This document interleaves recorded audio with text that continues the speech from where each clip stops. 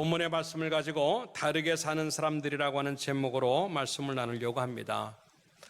오늘 그 이야기가 46절에는 뭐라고 말을 하고 있냐면 사랑이라고 하는 단어를 얘기하는데 너희가 너희를 사랑하는 자를 사랑하면 무슨 상이 있으리요? 세리도 이같이 아니하느냐? 여기서 세리라고 하는 사람은 그 당시에 가장 천한 직업이라고 생각했던 욕을 먹는 사람입니다. 누구든지 인정하지 않고 싶어 하는 그런 사람들이에요. 그런데 사랑하는 사람만 사랑하는 사람이라면 내가 곧 세리라고 하는 거죠. 지금까지 우리의 삶들은 그래도 내가 세리보다는 낫겠다 생각하고 살았어. 내가 욕하고 내가 손가락질하는 사람보다는 그래도 내가 좀 잘 살고 있겠지라고 하는 자기 위안이 있었어요. 그런데 어찌 보면 세리보다도 못한 나일 수도 있다고 하는 거예요. 47절에는 또 뭐라고 말을 하고 있냐면 너희가 너희 형제에게만 무난하면 남보다 더하는 것이 무엇이냐? 이방인들도 이같이 아니하느냐. 이방인, 이스라엘 백성들에게는 선민의식들이 있어가지고 이스라엘 유다 백성들이 아니라고 한다면 인정을 하지 않는 그런 상황입니다. 이방인들은 구원받지도 못하고 이방인들은 하나님의 은혜를 경험하지 못한다라고 하는 생각을 갖고 살아가는 사람들. 그런데 오늘 예수님은 뭐라고 말을 하고 있냐면 그 이방인에게도 하나님은 똑같이 햇빛을 비춰주시고 이방인들에게도 똑같이 비를 주시고 이방인들에게도 같은 은혜를 베푸시는 모습을 볼 때 그들도 다 하나님의 은혜 안에서 살아가는 사람들이라고 하는 것을 우리들에게 얘기를 합니다. 그러면서 뭐라고 말씀을 하고 있냐면 너희가 다르게 살아가야만 45절에 이런 얘기를 합니다. 이같이 한즉 하늘에 계신 너희 아버지 아들이 되리니 그때서야 비로소 신앙인 나온 삶을 살아가는 것이고 예수 믿는 사람답게 하나님의 아들답게 살 수 있다고 하는 것을 우리에게 지금 얘기하고 있는 겁니다. 꼭 해야 되는데 막상 하려고 하면 안 되는 게 이 이야기들이에요. 그렇지만 다시 한번 이 예배를 통해서 하나님의 말씀인 것을 우리 속에 담아두고 이대로 한번 살려고 몸부림침으로 말미암아 여러분이 삶의 현장에 나갔을 때는 이방인, 곧 예수 믿지 않은 사람보다는 다른 모습들을 보여주고 삶으로 말미암아 그 모습은 곧 하나님을 보여주는 삶이요 곧 복음을 보여주는 그런 삶일 수 있다고 하는 것들을 생각하고 그 모습이 만들어진 예배가 되기를 주님의 이름으로 축원합니다.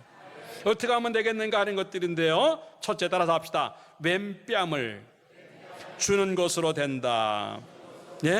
39절의 말씀해 보니까 나는 너에게 이르노니 악한 자를 대적하지 말라. 누구든 내 오른편 뺨을 치거든 맨편도 돌려대며 라고 기록을 하고 있습니다. 이 말이 무슨 말이냐면 대부분의 사람들이 다 오른손을 사용합니다. 그래서 오른손을 사용하는 사람이 앞에 있는 상대를 때리면은요, 맞는 사람은 왼쪽을 맞게 되어 있습니다. 그런데 오른편 뺨을 맞았다고 하는 것은요, 손바닥으로 때린 게 아니고 손등으로 때렸다고 하는 것을 의미하는 겁니다. 이 손등으로 때렸다고 하는 것은 가장 모욕적인 태도예요. 정말 수치스럽고 참을 수 없는 모욕을 당할 때 이 손등으로 맞는 상황입니다. 자존심 상하고 감정이 일어나고 뭔가 나도 해대고 싶은 그런 복수심이 생길 때 나오는 그 표현이 바로 손등으로 때리는 거예요. 오른편 뺨을 맞았다고 하는 것은 그 정도의 모욕을 느꼈다고 하는 거예요. 그런데 이런 모욕을 당했는데 내가 참는다? 아니, 그걸 더 넘어가서 맨뺨까지 때리라고 들이댄다? 그렇게 쉬운 것 아닙니다. 어려운 일이에요. 그렇지만 하라고 하는 것이 하나님의 명령이에요. 이방인들과 같이 세리와 같이 그냥 나에게 잘해주는 사람에게 나도 잘해줄 수 있고 나에게 못해주는 사람 나도 못해줘도 되는 것, 이게 원칙이에요. 오늘 읽진 않았지만 38절에 뭐라고 말을 하고 있냐면 눈은 눈으로 이는 이로 갚으라. 누가 나에게 눈을 상하게 하면 나도 눈을 상하게 한 사람이 눈을 상하게 해도 아무도 누가 말하지 않아요. 왜? 내가 손해봤으니까. 똑같이 해주는 것, 그건 정당하다고 느끼는 겁니다. 이게 동해보복법이에요. 똑같은 방식으로 이제 보복해주는 거예요. 그런데 주님은 뭐라고 오늘 말씀하시냐면 그러면 안 된다고 하는 거죠. 똑같이 해주는 것 죄는 아니고 똑같이 해주는 것 정당하고 누구도 이해할 수 있는 일이지만 그렇게 하는 순간 보복은 가능할지 몰라도 믿음은 빠지는 거예요.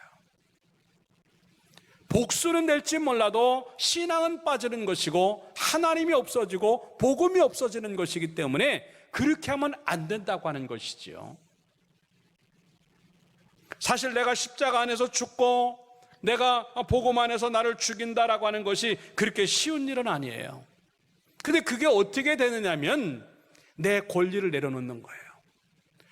로마서 12장 17절의 말씀에 보니까 아무에게도 악을 악으로 갚지 말고 모든 사람 앞에서 선한 일을 도모하라라고 하는 겁니다. 모든 사람이라고 하는 표현은요, 내게 잘해주는 사람, 내 마음에 맞는 사람, 나하고 잘 통하는 사람을 얘기하는 것이 아니고 까다로운 사람, 오히려 나에게 손해를 끼친 사람까지 다 포함해서 모든 사람이라고 하는, 그 사람들 앞에서 선을 도모하라. 18절에는 그래서 뭐라고 말을 하고 하냐면 할 수 있거든 너희로서는 모든 사람과 더불어 화목하라. 똑같이 모든 사람을 표현하고 있어요. 그러면서 19절에는 내 사랑하는 자들아 너희가 친히 원수를 갚지 말고 하나님의 진노하심에 맡기라 라고. 그러면서 뭐라고 기록되었느냐 따라합시다. 원수 갚는 것이 내게 있으니 내게 갚으리라고 주께서 말씀하시니라. 네, 원수를 갚는 권리는 하나님에게 있는 겁니다. 내가 갚을 수 있는 권리가 있지 않다고 하는 것입니다. 내가 할 수 있는 것은 그냥 그걸 하나님에게 맡기라고 하는 거예요. 아, 주님 이걸 어떻게 참습니까? 그래도 참으라고 하는 거예요. 그 이야기가 요셉의 이야기에서 나오고 있어요. 요셉은 형들에 의해서 굉장한 어려움을 당합니다. 꿈 많았던 그 요셉이요, 형들에 의해서 살인을 당할 뻔합니다. 죽음을 맞게 돼요.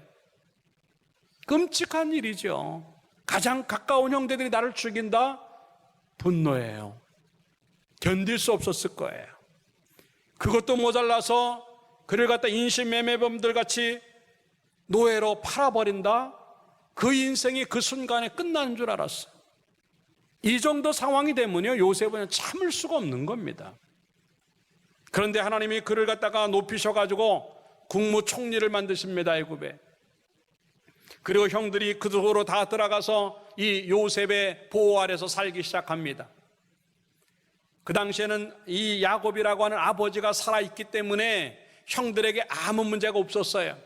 근데 어느 순간에 야곱이 죽습니다. 야곱이 죽는 순간에 그늘막이 없다고 생각을 하고 이 형들이요 이제 작전을 짭니다. 야, 요셉이 우리를 죽일 수도 있어. 그러니까 우리가 좀 잘해야 돼 라고 말하면서 뭐라고 거짓말을 하냐면 아버지가 살아있는 동안에 유언을 베풀었는데 너 요셉아 우리 보복하지 말라고 아버지가 얘기했다, 유언했다고 말을 합니다. 거짓말이죠. 이 상황을 너무나 잘 알았던 요셉은요 마음이 아팠어요. 그러면서 뭐라고 얘기를 하고 있냐면 창세기 50장 19절에 이렇게 말합니다.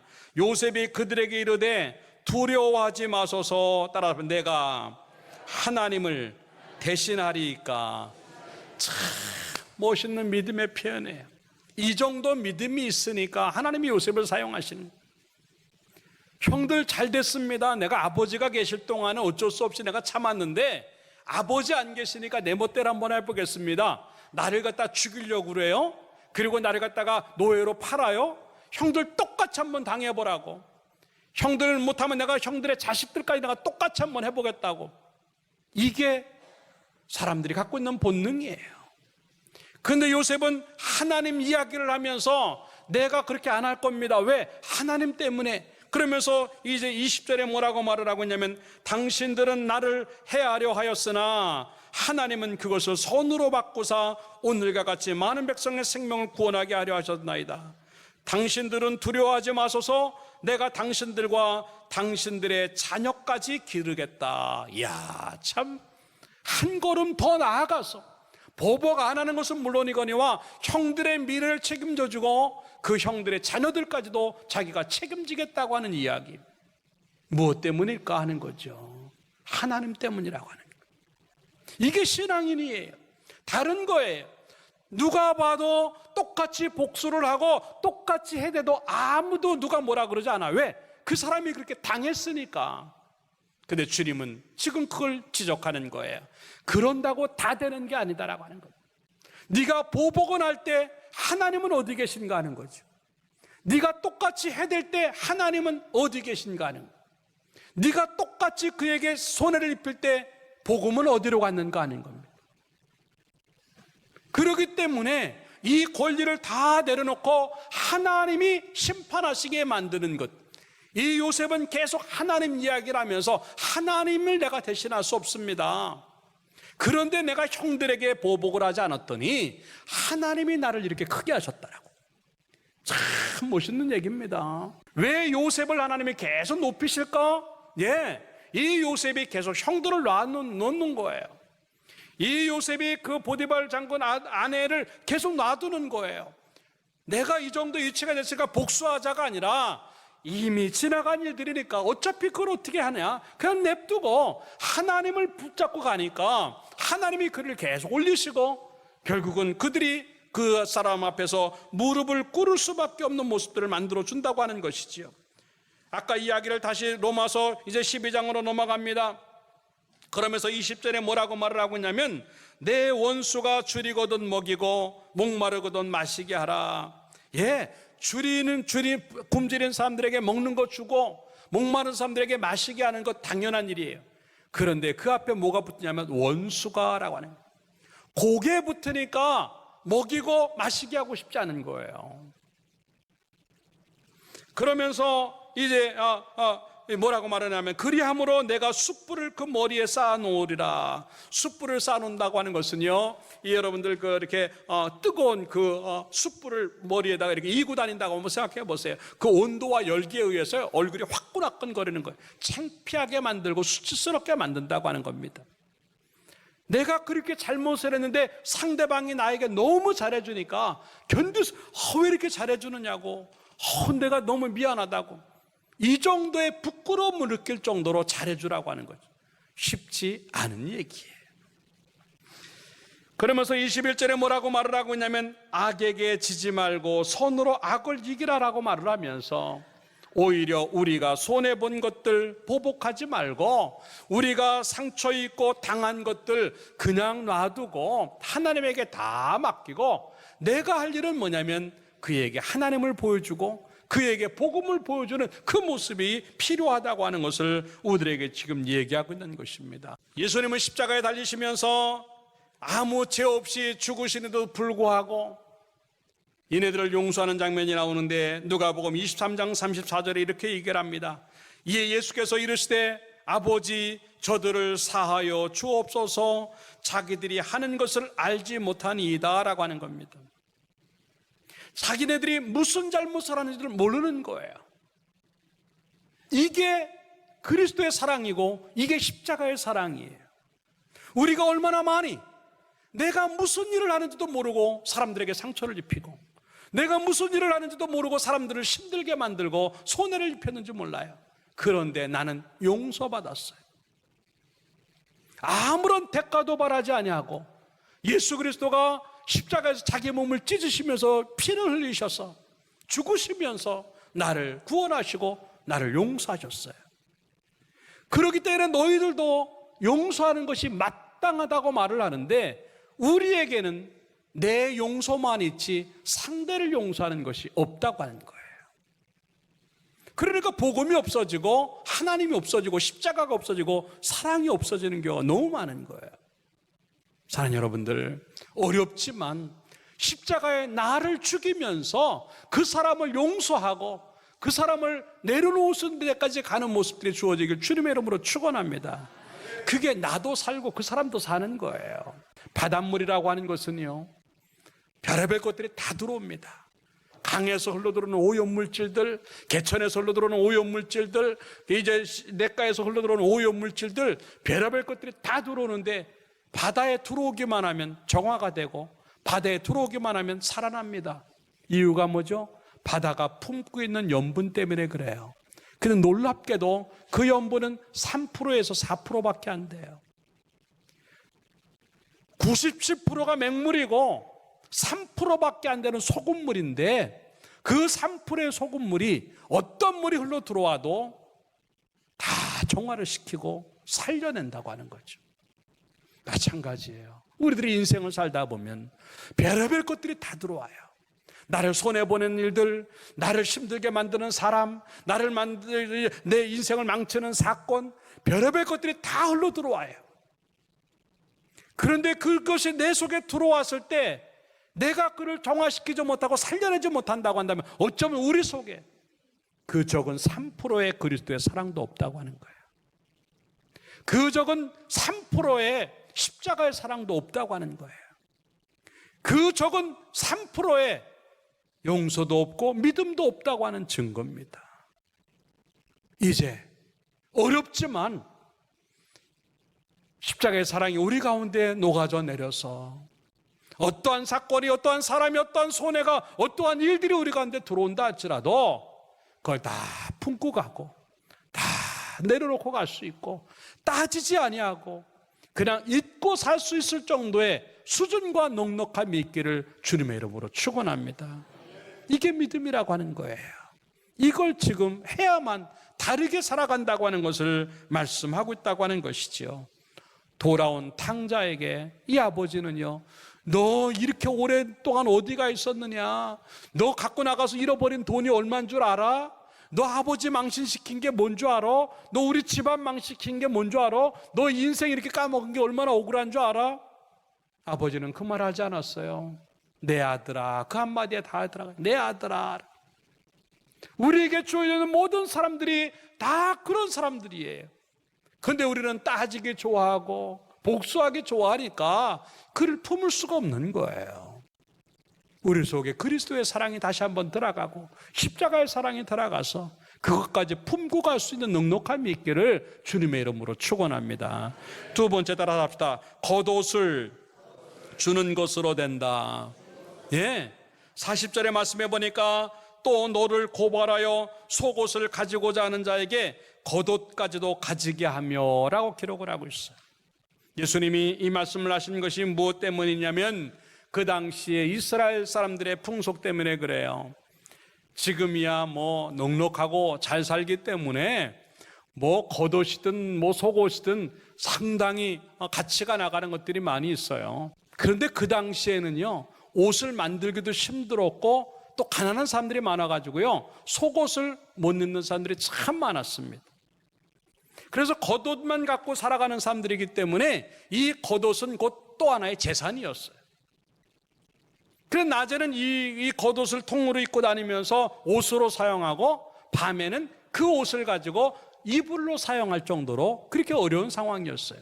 그래서 이 율법에도, 신명기에 보면 율법에도 누구에게 저당을 잡아도 겉옷만큼은 해가 지기 전에 주라고 하는 거, 돌려주라고 하는 거. 왜? 이스라엘의 그 날씨상 이제 밤에 굉장히 추워가지고 이 겉옷을 못 덮고 자면 얼어 죽을 수도 있기 때문에 다른 건 몰라도 겉옷을 저당 잡힌 자들은 반드시 해가 지기 전에 그 겉옷을 돌려줘야만 하는 것이 율법이에요. 이 겉옷이 얼마나 중요하겠어. 또 하나의 재산이에요. 근데 어떤 사람이요, 이유도 모르게 나를 고소를 했어요. 뭘 고소를 하면 속옷 달라고. 속옷 입지도 않았는데 속옷을 달라고. 이거 황당한 일이에요. 그러나 설사 그렇게 억울한 일을 당했다 할지라도 너는 어디까지 가야 되냐면 겉옷까지 주라는 거예요. 이게 쉽지 않아요. 어쩌면 내 마지막 남은 재산일 수 있어요. 이걸 벗어서 주면 나는 얼어 죽을 수도 있고 큰 재산에 손해가 올 수 있어요.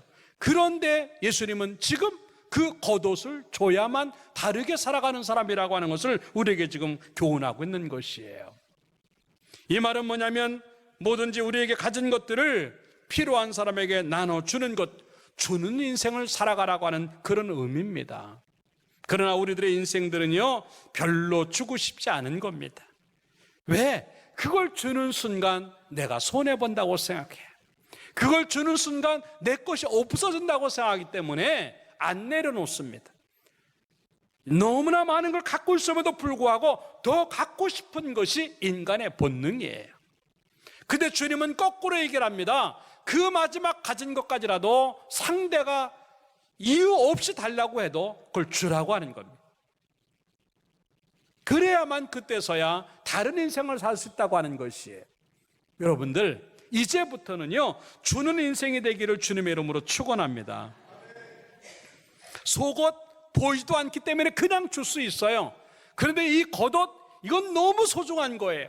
그걸 달라 그래도 줄 수 있는 데까지 갈 수 있는 그 모습, 이것이 바로 신앙인의 모습이라고 하는 것을 우리에게 얘기하고 있는 것인데, 우리 인생을 한번 돌아봅시다. 얼마나 많이 우리가 다른 사람을 위해서 준 것이 있는가 하는 것이 별로 없어요. 너무 많이 우리는요, 가지려고만 하고 살아가. 이번 명절 때 여러분 어떠셨어요? 웬만하면 안 내려놓고 싶은 거예요.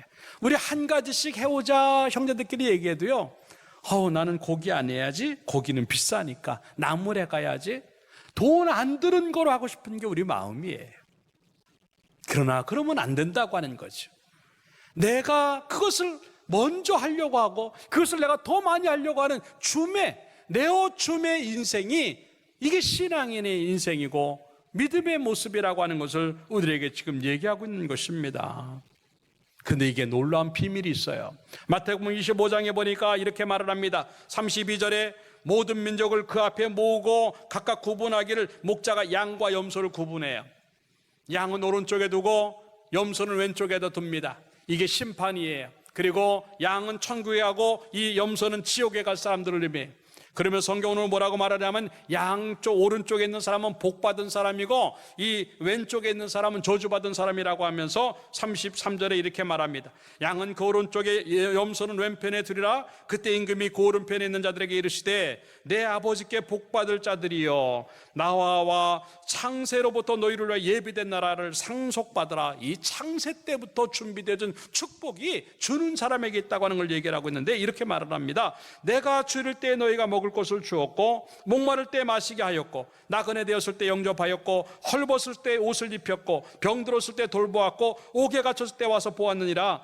이에 의인들이 대답하여 이르되, 주여, 우리가 어느 때 주께서 줄이신 것을 보고 음식을 대접하였으며 목마르신 것을 보고 마시게 했나이까? 어느 때 나그네 되신 것을 보고 영접하였으며 헐벗으신 것을 보고 옷 입혔나이까? 어느 때 병드신 것이나 옥에 갇히신 것을 보고 가서 배웠나이까? 하리니 임금이 대답하여 이르되, 내가 진실로 너희에게 이르노니 너희가 여기 내 형제 중에 따라잡다 지극히 작은 자 하나에게 한 것이 곧 내게 한 것이니라. 예. 그러면서 41절부터는요, 왼편에 있는 사람들, 지옥 갈 사람들에게 일합니다. 왼편에 있는 자들에게 이르시되, 저주를 받은 자들아, 나를 떠나 마귀와 그 사자들을 위하여 예비된 영원한 불에 들어가라. 지옥에 가라고 하는 얘기죠. 그러면서 똑같은 얘기를 해요. 내가 주일을 때 너희가 먹을 것을 주지 않았고, 목마를 때 너희가 마시지 않았고, 나그네 될 때 영접하지 않았고, 헐벗을 때 옷 입히지 않았고, 병들었을 때나 또 옥에 갔었을 때 돌보지 않았다. 그들이 똑같이 대답해 44절에 그들이 대답해 이르되, 주여, 우리가 언제 그랬습니까? 주님인 줄 알았으니까 안 그랬죠. 그랬더니 주님이 뭐라고 말씀하십니까? 45절에 이에 임금이 대답해 이르시되, 내가 진실로 너희에게 이르노니 이 지극히 작은 자 하나에게 하지 아니한 것은, 따라합시다, 지극히 작은 자 하나에게 하지 아니한 것이 곧 내게 하지 아니한 것이니라. 예, 이렇게 엄할 줄 누가 알았겠는가 하는 겁니다. 내 형제들을 바라보고, 내 이웃들을 바라보고, 내 연결되어 있는 사람들을 바라보면서 내 것을 내어주지 않는 사람들에게 주어지는 결과가 얼마나 엄한가 하는 것을 보여주는 그러한 이야기입니다. 아까도 얘기했지만 우리는요, 안 줘도 누가 뭘 하지 않아요. 왜? 남에게 손해만 안 입히면 되니까. 죄 짓지 않고 양심 버리지 않으면 되니까 누가 뭐라 그러지 않아요. 그런데 주님은요, 그걸 뭐라 그러는 거예요. 그냥 너희들이 아무에게도 손해 안 끼치는 게 중요한 게 아니고, 더 나아가서 주는 사람이 되라고 하는 것, 이게 쉽지 않은 일이지요. 내가 은혜 받아도요, 내가 믿음이 있고요, 내가 직분이 있어도요, 손해 본다고 생각하면요, 손을 거두는 법이에요. 그러나 손해가 간다 할지라도 그 손을 펴라 하는 것이 하나님의 명령이라고 하는 것이, 어쩌면 마지막 남은 것 그거 내려놔야 될지는 모르지만도 걱정하지 마세요. 그 겉옷 내놓으면요 하나님이 더 좋은 겉옷 주실 줄로 믿습니다. 그냥 없어도 더 하려고 하는 마음이 있기를 주님의 이름으로 축원합니다. 그럴 때 하나님이 갚아주실 줄로 믿습니다. 예수 믿는 사람들은 손이 크고 통이 커야 돼요. 찌찌해가지고 그냥 돌불 떨고 계산하고, 그러니까 복음이 없어지고 다르지 않다고 하는 거예요. 다른 사람이 얼마나 내든 간에 상관하지 마세요. 나에게 감동 주시면요 그냥 하면 되는 거예요. 그럴 때 복음이 나타나고 하나님이 나타난 줄로 믿고 제일 잘하는 사람이 되기를 주님의 이름으로 축원합니다. 마지막 세 번째 따라합시다. 심리를 가는 것으로 된다. 41절의 말씀에 보니까 또 누구든지 너로 억지로 오리를 가게 하거든 그 사람과 심리를 동행하고 라고 하는 겁니다. 이 말은 무슨 뜻이냐면 예수님 당시에 이 이스라엘이 로마에 속국이 되어 있습니다. 지배를 당하고 있습니다. 로마의 법이 이제 어떤 군사법이 뭐냐면 로마의 사람들이 어떤 사람을 억지로 아무나 붙잡고, 그 정도 힘이 있는 거예요. 지배자들이기 때문에 피지배자들을 다루는 데 있어서 아무나 붙잡고 자기가 하고 싶은 거를 시킬 수 있어요. 무거운 짐인데 내가 이게 지기 싫어요. 그러면 이스라엘 백성들 아무나 붙잡고 이거 줘. 그러면 줘야 되는 거예요. 그런데 그 지는 한계가 어디냐면 오리까지예요. 오리를 넘어가는 순간부터는 법에 저촉이 돼가지고 보상을 해주거나 그 일시킨 거에 대해서 이제 돈을 줘야 돼. 그러니까 정확히 재가지고 오리가 넘어가지 않는 데까지만 하려고 하는 거예요. 그런데 주님은 뭐라고 말씀하시냐면 그 사람이 나에게 무거운 짐을 줘놓고 오리를 가자 그러면 그것만 가지 말고 오리를 더 더해서 심리를 가라고 하는 겁니다. 이게 말이 됩니까? 쉽지 않아요. 더군다나 이스라엘 백성들에게 있어서 이 로마 사람들은요 적군이에요. 원수예요. 그런데 나를 갖다가 힘들게 만들고 막 복수심이 일어나는 그 사람이 나에게 와서 그걸 해달라, 쉽지 않은 겁니다. 그럼에도 불구하고 그거 하는 것은 물론이거니와 오리를 가는 것을 더해서 심리를 가라고 하는 것, 이 심리 인생이 믿음이라고 하는 거예요. 예수님은요 돈 받지 말고 오리를 더 가라고 말하는 거예요. 이게 먼저의 삶들이에요. 오리만 갑시다. 예, 갑시다. 그리고 오리를 또 가라. 아니 그만 가자고 해도 돈 없는데요. 괜찮습니다. 예수님이 이렇게 하라 그랬습니다. 그렇게 가는 거예요. 오리 갑시다. 그래. 오리 가놓고서 됐죠? 여기 딱 오리입니다. 누가 뭐라 그러지 않아요.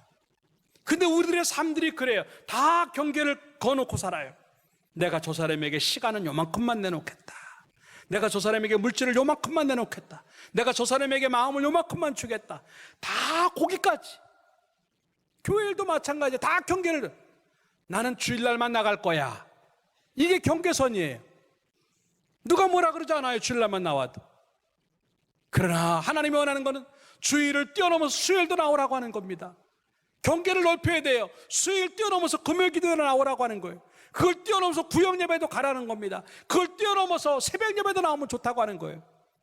성가대만 한다고 누가 뭐라 그러지 않아요. 귀한 거죠, 성가대만 해도. 그런데 나는 성가대만 할 거야. 딱 경계를 켜놓고 그 이하는, 그 이상은 아무것도 신경 쓰지 않아요. 안 되는 겁니다. 이 교회 모든 돌아가는 일이 내가 해야 될 일이라고 생각하는 것, 그게 먼저의 신앙이에요. 더 할 수 있는 게 뭐 없을까? 이 교회를 위해서, 하나님을 위해서, 복음을 위해서 내가 더 할 수 있는 게 없을까라고 생각하면서 더 하려고 하는 모습이 있는 것, 그게 믿음의 다름이라고 하는 것을 우리에게 얘기하고 있는 거예요. 그 이야기가 누가복음 10장에 나오는 서만 사마리아 사람의 이야기입니다.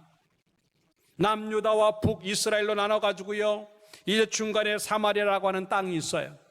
근데 이 이스라엘 백성은 아까도 얘기했지만 선민 사상에 젖어 있어가지고 단일 민족이라고 하는 사상이 굉장히 강해요. 그래서 이 유대인들이 아니면 다 이제 저주받은 사람들이라고 생각을 해요. 그런데 이 나라가 어려운 상황에서 사마리아 사람들이 이 외국인들하고 결혼을 하게 됩니다. 그래 거기서 혼혈아들이 많이 태어나는 거예요. 그러니까 이 유다 백성들이 무슨 생각하냐면 저 혼혈아들은 나쁜 사람들이고 상종할 수 없는 사람이다. 그래서 성경은 개라고 표현해. 개. 우리나라 말로 말하면요, 아침에 일어나가지고 사마리아 사람을 보면요 하루가 망치는 거예요. 그래서 이제 이 유다에서 이스라엘로 넘어가는데 아주 이 직선으로 가면 가까운 길이에요. 그런데 일부러 이 사마리아 사람을 마주치지 않으려고요, 빙 돌아가는 거예요. 빙. 그 정도로 사마리아 사람은 나쁜 사람이라고 하는 인식을 갖고 살아가요. 그런데 이 누가복음 10장에 어떤 사람이 강도를 만납니다. 근데 제사장이 지나가는데 못 본 척하고 지나가요. 레인이 지나가는데 못 본 척하고 지나갑니다.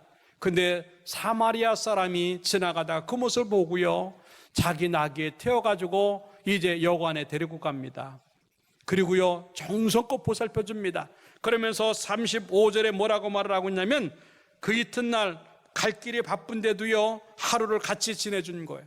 그 이튿날 그가 주막 주인에게 데나리온 2를 내어주며 이르되, 이 사람을 돌보아주라. 비용이 더 들면 내가 돌아올 때 갚으리라. 예, 이게 쉬운 일 아닙니다. 아무 상관이 없는 사람, 그 사람을 위해서 내가 같이 시간을 보내서 하룻밤을 지난 것도 억울한데, 거기에다가 2 데나리온을 주면서 큰 돈을 내놓는 게 쉽지 않은데, 그것도 모자라서 더 들면 내가 돌아오는 길에 그걸 갚아주겠다? 아무나 할 수 있는 일이 아닙니다.